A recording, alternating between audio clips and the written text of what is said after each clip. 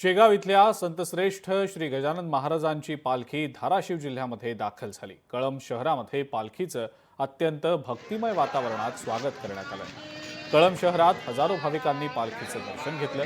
पुढचे 3 दिवस ही पालखी धाराशिव जिल्ह्यात असेल। पालखीचा मुक्काम कळंब शहरात असेल आणि नगरपालिकेच्या मैदानावर पालखी दर्शनासाठी ठेवली जाणार आहे।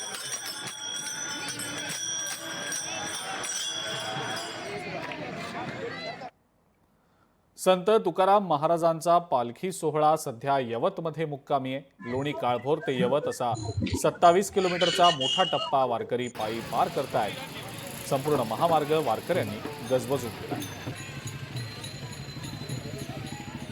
जगद्गुरु संत तुकाराम महाराज पालखी सोहळा आता यवतमध्ये मुक्कामी येते आणि पुणे सोलापूर महामार्गावर जर आपण पाहिलं तर सायंकाळ झाली तरी वारकऱ्यांच्या चेहऱ्यावरती खरं तर आनंद पाहायला मिळतोय।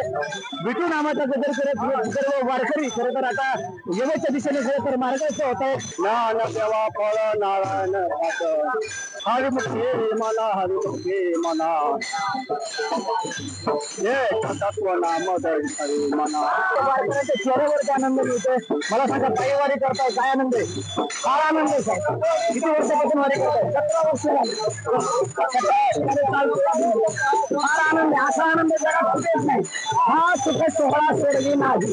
एकूणच वारकऱ्यांच्या चेहऱ्यावरती खरं तर मोठा आनंद असल्याचं आपल्याला या ठिकाणी पाहायला मिळालं। विनोद गायकवाड, लोकशाही न्यूज, दौंड, पुणे। लोकशाही मराठी ऐका, पहा, जागरूक रहा।